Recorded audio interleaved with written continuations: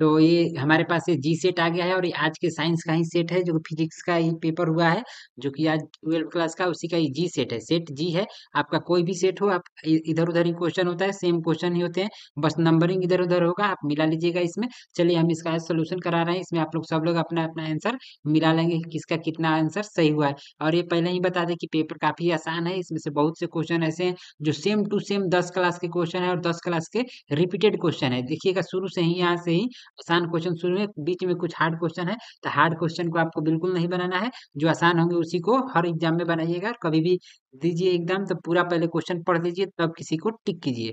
इसमें देखिए पहला क्वेश्चन में है कि संयुक्त सूक्ष्मदर्शी में प्रतिबिंब बनता है। तो संयुक्त सूक्ष्मदर्शी में आप सभी को पता है कि आभासी और उल्टा प्रतिबिंब बनता है। तो पहला का आंसर हो जाएगा सी, कि आभासी और उल्टा, पहला का सी हो जाएगा। और ये जी सेट है, आपका कोई भी सेट हो, ये क्वेश्चन खोज के वहां पे आप टिक लगा लीजिएगा। चलिए दूसरा क्वेश्चन है कि मनुष्य के आंख की रेटिना, एकदम सेम 10 क्लास का ही सब क्वेश्चन है, कि मनुष्य की आंख की रेटिना पर किसी वस्तु का बना प्रतिबिंब होता है, तो बना प्रतिबिंब वास्तविक और उल्टा होता है। आंख पर बना प्रतिबिंब यानी रेटिना पर बना प्रतिबिंब वास्तविक और उल्टा होता है। दोनों अभी तक बहुत आसान क्वेश्चन है।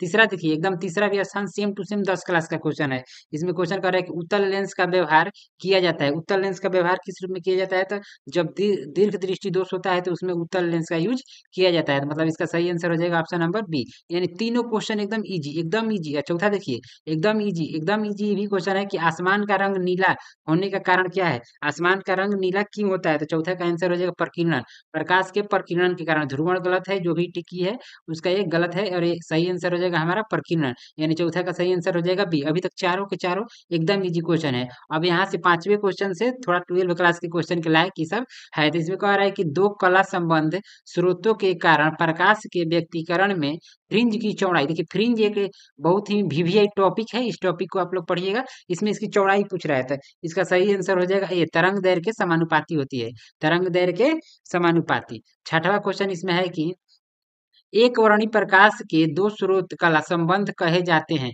जब उनकी कलाएं समान हो। क्या हो, कलाएं समान हो। तो ये सी ऑप्शन में है, तो आपका सही हो जाएगा छठवा का ऑप्शन सी। सातवां है डी ब्रॉगली तरंग दैर्घ्य, एकदम वीवीआई, एकदम वीवीआई और एकदम इजी भी इसको कर लीजिए। इतना बार ही आता है कि सब लोगों को याद ही रहता है। तो सातवां का सही आंसर हो जाएगा ऑप्शन नंबर बी। आठ देखिए, आठ में है कि यदि किसी तर्क द्वार का निर्गम y का मान उसके दोनों निवेशों के गुना AB से प्राप्त होता है, तो वह द्वार है। मतलब वह द्वार क्या होगा, तो आठवां का आपका इसमें हो जाएगा एंड, एंड गेट इसमें सही हो जाएगा, यानी एंड द्वार, एंड द्वार आपका सही हो जाएगा ऑप्शन नंबर ए, आठ का ये सही है। नौ देखिए, कह रहा है कि अर्धचालक में वर्जित ऊर्जा अंतराल की चौड़ाई लगभग होती है। वर्जित ऊर्जा अंतराल की चौड़ाई कितनी होती है, तो 1 EV, यानी कि 1, इसका यानी कि ऑप्शन नंबर ए सही हो जाएगा आंसर। आगे देखिए 10 नंबर में है कि दशमलव अंक यानी ये पद्धति की संख्या 27 का द्विआधारी, ये सब पढ़ना होता है आपको कि द्विआधारी। इसको जब बनाइएगा, तो हमने सब ये क्वेश्चन बना लिया है, बस यहाँ पे हम आपको टिक लगवा रहे हैं। तो 10वां का सही आंसर हो जाएगा ऑप्शन नंबर डी, 11 0 1 1, यहाँ पे हो जाएगा 10 का सही आंसर। 11 नंबर क्वेश्चन में देखिए कि पूर्ण तरंग दैर्घ्य, एक सेकंड रुकिएगा, चलिए 11 नंबर क्वेश्चन यहाँ से है। 11, पिछला बार हम इतने पे ही वीडियो रिकॉर्ड हुआ और उसमें रिकॉर्डिंग ही नहीं हुआ, साउंड ही नहीं हुआ पूरा रिकॉर्ड, वीडियो पूरा डिलीट करना पड़ा। फिर से यहाँ से 11 नंबर से हम रिकॉर्ड कर रहे हैं। 11 तक 10 तक हो गया था, 11 से देखिए 11 में है कि पूर्ण तरंग दृष्टिकारी में एक निवेश आवृत्ति 50 हर्ट्ज है, तो निर्गम आवृत्ति होगी, मतलब इसमें निर्गम आवृत्ति कितनी होगी, तो इसका सही आंसर हो जाएगा, जब इसको बनाइएगा तो इसका सही आएगा 100 हर्ट्ज, यानी इसका ऑप्शन नंबर सी बिल्कुल सही है। आगे है 12 नंबर में कि वैसी युक्ति जो मॉडुलन तथा डीमॉडुलन दोनों का कार्य करती है उसे कहते हैं, उसको क्या कहेंगे, तो उसको कहेंगे मोडेम, उसको मोडेम कहते हैं, यानी 12 का हो जाएगा ऑप्शन नंबर सी सही। 13 में है कि संचार उपग्रह की पृथ्वी की सतह से दूरी कितनी होती है, तो इसका आप लोग कमेंट में आंसर बता दीजिए। 2 दिन पहले ही हमने ये बताया था, तो ये हम ये नहीं कराने वाले हैं। 14 नंबर क्वेश्चन में है कि संकीर्णन का मापन किया जाता है, संकीर्णन का मापन किसमें किया जाता है, तो 14 का आंसर हो जाएगा आपको डेसिबल में, संकीर्णन का मापन डेसिबल में किया जाता है। यहाँ पे है 15 नंबर की फोटोसेल आधारित है, फोटोसेल किस पे आधारित है, तो प्रकाश विद्युत प्रभाव पर फोटोसेल आधारित होता है, यानी 15 का ऑप्शन नंबर बी सही हो जाएगा। 16 नंबर है कि कैथोड किरणें समूह है, मतलब कैथोड किरणें किसका समूह होती है, तो इलेक्ट्रॉनों का समूह होती है कैथोड किरणें। आगे है 17 नंबर में कि 17 में है कि 17 में है, हाँ 17 देखिएगा, इसमें है कि रेडियो रेडियो सक्रिय पदार्थ की पदार्थ की अर्धायु। अर्धायु कहने का मतलब टी हाफ पूछ रहा है, तो टी हाफ का मान हो जाएगा ऑप्शन नंबर सी, इसमें हो जाएगा बिल्कुल एकदम सही। इसका बी ऑप्शन गलत है। तो यहाँ पे 15 17 हो गया, 18 में चलिए। कह रहा है कि 6 गुणांक की एसआई इकाई, 6 गुणांक की इकाई एसआई इकाई पूछ रहा है। तो 6 गुणांक का एसआई होता है हर्ट्ज होता है, बिल्कुल सही इसमें ऑप्शन है। आगे चलिए 19 नंबर पे, 18 हो गया 19। कह रहा है कि टीएच 230 90 के परमाणुओं में न्यूट्रॉनों की संख्या, तो न्यूट्रॉन की संख्या घटा के आप लोग आराम से निकाल लीजिएगा। इसका सही आंसर हो जाएगा 140। आगे है 20 नंबर क्वेश्चन में कि पीएन संधि डायोड का उपयोग करते हैं। पीएन संधि डायोड का उपयोग कब करते हैं? दोलन की तरह इसका उपयोग किया जाता है, यानी कि इसका आंसर हो जाएगा दोलन। 20 दोलन, दोलन इसमें 20 दोलन में गलत लग रहा है, दोलन नहीं होगा इसमें। एक सेकंड रुकिए, इसका 20 का आंसर देख रहे हैं फिर से, दोलन नहीं होगा इसका आंसर। यहाँ पे पीएन संधि डायोड में उपयोग करते हैं एक दृष्टिकारी की तरह, इसमें दृष्टिकारी की तरह इसका उपयोग किया जाता है, यानी 20 का ऑप्शन नंबर डी एकदम सही हो जाएगा। ठीक। आगे है 21 नंबर में कि निवेशी वोल्टेज प्रतिधारा को बढ़ाने वाले यंत्र को कहते हैं। तो इस यंत्र को आपको बोला जाता है प्रवर्तक। प्रवर्तक इसका इंग्लिश सबको याद रहता है एम्पलीफायर। और यहाँ देखिए, हाँ इंग्लिश दे भी दिया है कि एम्पलीफायर दे भी दिया है, तो आप प्रवर्तक इसका सही कर लीजिएगा। 22 में है कि एसी परिपथ में शक्ति केवल व्यय होता है। शक्ति केवल व्यय किस रूप में होता है? तो प्रतिरोध में होता है, सिर्फ प्रतिरोध में इसका व्यय होता है। आगे है 23 में कि एक प्रत्यावर्ती धारा का मान समीकरण इतना में निरूपित है। प्रवेश धारा का मान आवृत्ति होगी, तो इसमें आवृत्ति पूछ रहा है तो केवल 50 हो जाएगा, इसका आंसर सिर्फ 50 होगा। 50 पाई गलत है आंसर, यानी कि 24 नंबर यहाँ से होगा कि विद्युत लेपन में व्यवहार आने वाली धारा। विद्युत लेपन में किस धारा का व्यवहार लिया जाता है? तो 24 का आपको सही आंसर हो जाएगा इसमें डीसी धारा। ये दोनों गलत है, इसको आप लोग नहीं करना है, ये दोनों गलत है। डीसी धारा इसमें एकदम सही है। 25 में है कि वस्तु से बड़ा, ये एकदम 10 क्लास का क्वेश्चन है कि वस्तु से बड़ा आभासी प्रतिबिंब बनता है। ये 10 क्लास के लायक क्वेश्चन है, और इसका सही आंसर हो जाएगा अवतल दर्पण से। अवतल दर्पण से बिल्कुल 10 क्लास का क्वेश्चन है, और इस पूरे पेपर में 10 11 ऐसे क्वेश्चन है जो कि आप इंटर नहीं भी पढ़े हैं तो आराम से कर लीजिएगा। ठीक। तो इस साल का पेपर थोड़ा आसान कह सकते हैं पिछले साल के मुकाबले। आगे है 26 नंबर में कि संपर्क में रखे दो लेंसों की क्षमता, ये भी एकदम सेम 10 क्लास का है, एकदम सेम 10 क्लास। क्षमता क्रमशः P1 तथा P2 है, तब समतुल्य प्रतिरोध। समतुल्य प्रतिरोध निकालते समय हम दोनों को जोड़ देते थे, तो इसमें भी जोड़ेंगे P1 plus P2, option number D इस एकदम सही हो जाएगा। 27 देखिए, किस रंग का तरंग दैर्ध्य, एकदम बचपनों बचपनों जो होता है उस सबको भी याद रहता है कि बैगनी रंग का तरंग दैर्ध्य सबसे कम होता है, और लाल रंग का तरंग दैर्ध्य सबसे अधिक होता है। बैगनी रंग का विचलन सबसे अधिक होता है, और लाल रंग का विचलन सबसे कम होता है। ये 10 क्लास का ही टॉपिक है, तो आप लोग देख लीजिएगा। इसका आंसर हो जाएगा ऑप्शन नंबर ए। आगे है 28 नंबर। 28 में है कि इंद्रधनुष का निर्माण, सेम 10 क्लास का क्वेश्चन, सेम 10 क्लास का क्वेश्चन है कि इंद्रधनुष का निर्माण किस कारण से होता है? तो वर्ण विक्षेपण के कारण इंद्रधनुष का निर्माण होता है, यानी 28 का हो जाएगा डी। 29 में है, 29 हाँ 12 लाइक क्वेश्चन है, आराम से ही थोड़ा हार्ड भी है, तो इसका सही आंसर हो जाएगा 29 को आपको यहाँ पे बी ऑप्शन में हो जाएगा 3 × 10⁸ सेमी प्रति सेकेंड, सही आंसर हो जाएगा। ये गलत है सी ऑप्शन, यानी 29 का हो जाएगा 20। 30 में है एक समान चुंबकीय क्षेत्र बी में बगल में जैसे जैसे आवेश ई है, तो लगने वाला बल ई भी बी हो जाएगा, ई भी बी, यानी ऑप्शन नंबर ए 30 का हो जाएगा ए। 31 में है कि समान दिशा में समान वेग में गतिमान इलेक्ट्रॉन किरण पुंज की प्रकृति होगी, मतलब इसकी प्रकृति कैसी होगी? तो इसकी प्रकृति अपसारी होगी। कैसी होगी? अपसारी। आगे है 32 में कि चुंबकीय क्षेत्र इतना इतना ध्रुवण वाले धारा के पास से अनुभूति बल आघूर्ण का मान पूछ रहा है, तो इसमें सही आंसर हो जाएगा ए। 32 का सही आंसर हो जाएगा ए, इसका एकदम सही हो जाएगा। 33 में है कि स्वप्रेरकत्व, स्वप्रेरकत्व भी 10 क्लास में ही पढ़ना है कि स्वप्रेरकत्व का ऐसे मात्रक क्या है? तो स्वप्रेरकत्व का ऐसे मात्रक होता है हेनरी। स्वप्रेरकत्व का ऐसे मात्रक हेनरी, एकदम आसान क्वेश्चन था ही। 34 देखिए, 34 में है कि धातु के बने किसी गोलक की चुंबकीय क्षेत्र में दोलन दोलन करने पर उसकी दोलन गति होगी, होती है या होगी, यहाँ पे होगा, कट गया है क्वेश्चन। तो 34 का आंसर हो जाएगा आपको बी अवमंदित। अवमंदित इसका सही आंसर हो जाएगा। 35 में है कि डायनेमो के कार्य का सिद्धांत आधारित है। देखिए ये भी सेम 10 क्लास का है कि डायनेमो कैसे कार्य करता है, तो विद्युत धारा के चुंबकीय प्रेरण के सिद्धांत पर ये कार्य करता है, यानी ऑप्शन नंबर बी इसका सही हो जाएगा। 36 में है कि प्रेरण कुंडली क्या उत्पन्न करती है? प्रेरण प्रेरण कुंडली क्या उत्पन्न करता है? तो ये क्या उत्पन्न करता है? तो ये उच्च वोल्टेज उत्पन्न करता है, उच्च धारा नहीं, उच्च वोल्टेज, यानी 36 का बी आपको सही हो जाएगा। 37 नंबर क्वेश्चन है कि चुंबकीय क्षेत्र का ऊर्जा घनत्व होता है, इसका ऊर्जा घनत्व का मात्र होता है 37 में, इसका हो जाएगा आपको बी स्क्वायर बटे में 2 म्यू नॉट, यानी ऑप्शन नंबर ए एकदम सही हो जाएगा। 38, एक सेकेंड रुकिए यहाँ पे।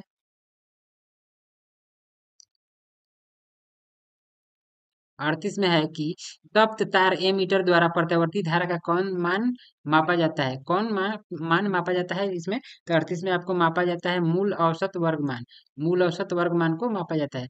39 में है यदि क्षेत्रफल सदिश चुंबकीय क्षेत्र भी लंबवत हो तो डीएस क्षेत्र पर चुंबकीय, यहाँ लंबवत के बारे में पूछ रहा है, चुंबकीय क्षेत्र फ्लक्स क्या होगा, तो B D S cos theta इसका सही आंसर हो जाएगा। 40 में है कि प्रतिबाधा, प्रतिबाधा यानी प्रतिरोध कर रहा है, प्रतिबाधा यानी प्रतिरोध कर रहा है, तो ये भी 10 क्लास का है। और इसमें मारिएगा ओम, एकदम एकदम ओम, प्रतिरोध का ऐसे ही मात्रक ओम होता है। ठीक, आगे है यहाँ पे 41 नंबर में कि एक पूरे चक्र में प्रत्यावर्ती धारा का मान, प्रत्यावर्ती धारा का माध्य मान होगा, माध्य मान इसमें पूछ रहा है तो इसका 0 हो जाएगा। 41 का आंसर हो जाएगा आपको 0।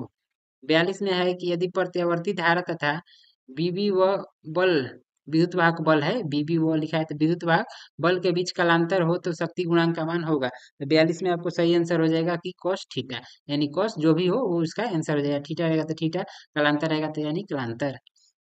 आगे है 43 नंबर में कि आवेश का रेखीय घनत्व का मात्रक होता है, आवेश के रेखीय घनत्व का मात्रक होता है, इसका मात्रक क्या होता है, तो 43 का सही आंसर एकदम ये बिल्कुल सही है, कूलम प्रति मीटर।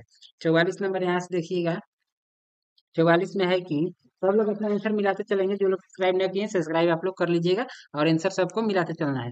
44 में है कि वैद्युत क्षेत्र की तीव्रता का विमीय सूत्र, इसका विमीय सूत्र पूछ दिया है तो इसका सही आंसर ऑप्शन नंबर बी हो जाएगा, एम एल टी के पावर -3 ए का पावर -1। 44 हो गया। 45 में है कि 8 कूलम्ब ऋण आवेश में उपस्थित इलेक्ट्रॉन की संख्या, तो एक कूलम्ब में इलेक्ट्रॉन निकाल के 8 से गुणा कर देंगे, हमारा हो जाएगा यहाँ पे 5 गुणे 10 के पावर 19, यानी कि 45 का हो जाएगा ऑप्शन नंबर ए। 46 में है कि अच्छी, एक सेकंड, 45 8 कूलम वाला है तो इसमें हो जाएगा ये 8 से गुणा कर लेंगे। 45 में है कि 5 कूलम, 45 में क्या है, 45 हो गया। 46 में देखिए, 46 में है कि 5 कूलम के दो बराबर तथा विपरीत आवेश परस्पर 5 सेंटीमीटर की दूरी पर रखे गए हैं, तो वैद्युत द्विध्रुव आघूर्ण का मान होगा। इसको जब बनाइएगा तो इसका सही आंसर निकल जाएगा 0, इसको जब बनाइएगा तब पता चलेगा। तो हम ये बना के रख चुके हैं तो हमको पता है कि इसका आंसर डी ही होगा। आप लोग को केवल टिक आंसर चेक करना है आपका कितना सही हो रहा है। आगे है 47 की, धातु के आवेशित गोले के पृष्ठ से गोले के केंद्र की ओर जाने पर वैद्युत क्षेत्र, वैद्युत क्षेत्र सर्वत्र शून्य रहता है, वैद्युत क्षेत्र सर्वत्र शून्य रहता है, तो ऑप्शन नंबर डी इसका सही आंसर हो जाएगा।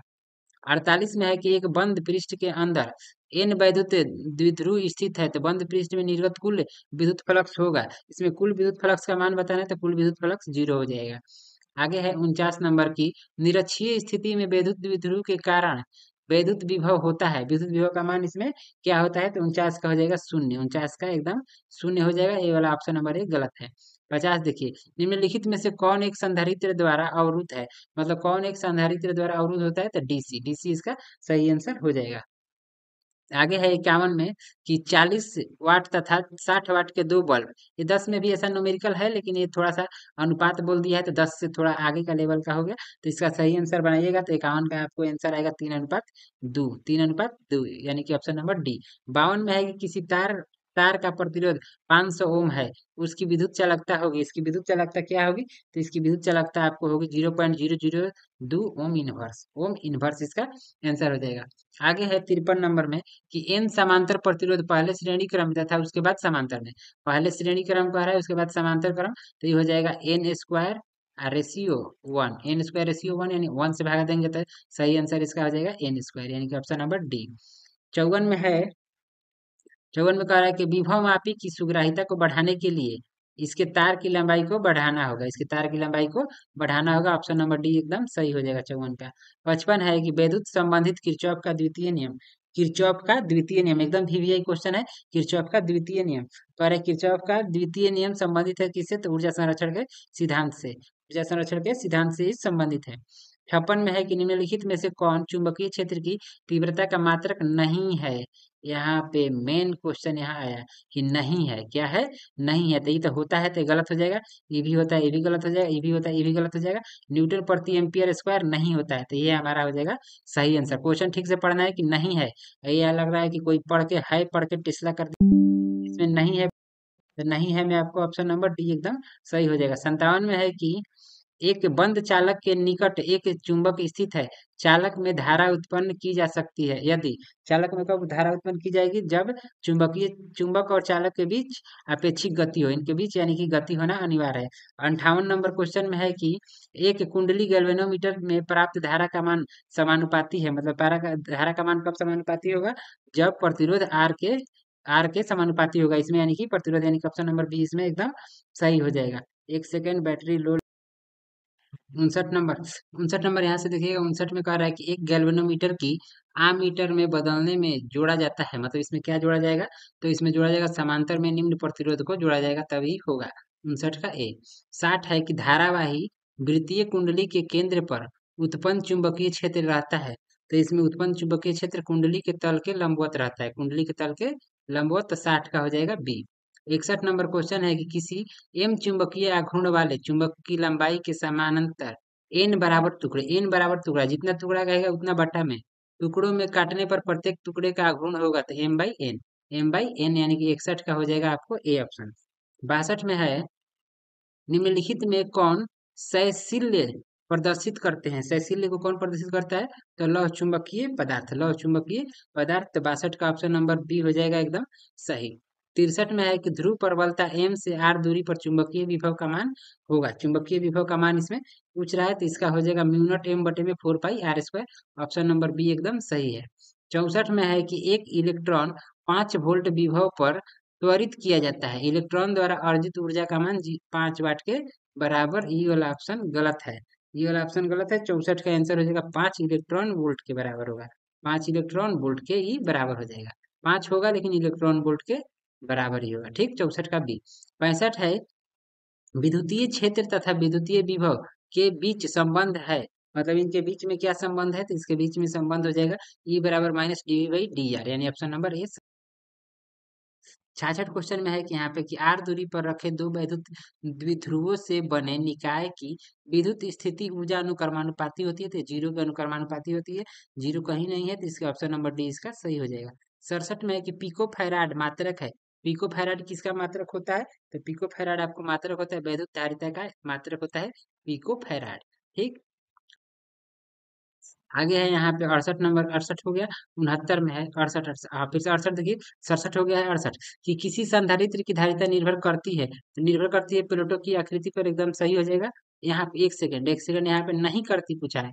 पूछा है कि नहीं करती है, फिर से कि किसी संधारित्र की धारिता निर्भर नहीं करती है। बहुत लड़के करती है पढ़कर गलत कर देते हैं, तो इस हिसाब से तो ये तो गलत हो जाएगा। प्लेटों की आकृति पर गलत, प्लेटों की आकार पर भी गलत। सही आंसर हो जाएगा कि आवेश पर निर्भर नहीं करता है, तो इसका सही आंसर हो जाएगा 68 का सी। आप लोग पढ़ के है नहीं करना है, नहीं पूछ रहा है इसमें, तो नहीं में सी हो जाएगा। 69 में है कि एक गोलीय चालक की धारिता इतना है तो उसकी त्रिज्या होगी, इसकी त्रिज्या हो जाएगी आपको 9 किलोमीटर, बनाइएगा तो पता चल जाएगा। आगे है 70 में कि किसी धातु का परावैद्युतांक होता है। किसी धातु का परावैद्युतांक कितना होता है? तो परावैद्युतांक आपको होता है 1। किसी धातु का परावैद्युतांक एक नहीं अनंत होता है, एक नहीं, एक से अधिक होता है और अनंत, इसका ऑब्जेक्ट मान अनंत हो जाएगा। आंसर नंबर यानी कि डी एकदम सही है, यहाँ पे सही है, यहाँ अनंत सही है। 70 क्वेश्चन ही थे, 70 कंप्लीट हो गए। बाकी क्वेश्चन इसमें के जो सब्जेक्टिव है वो सब लोग लिख लिए होंगे, उम्मीद करते हैं। और आप लोग चैनल सब्सक्राइब कीजिएगा, आगे के सेट आपको मिलते रहेंगे।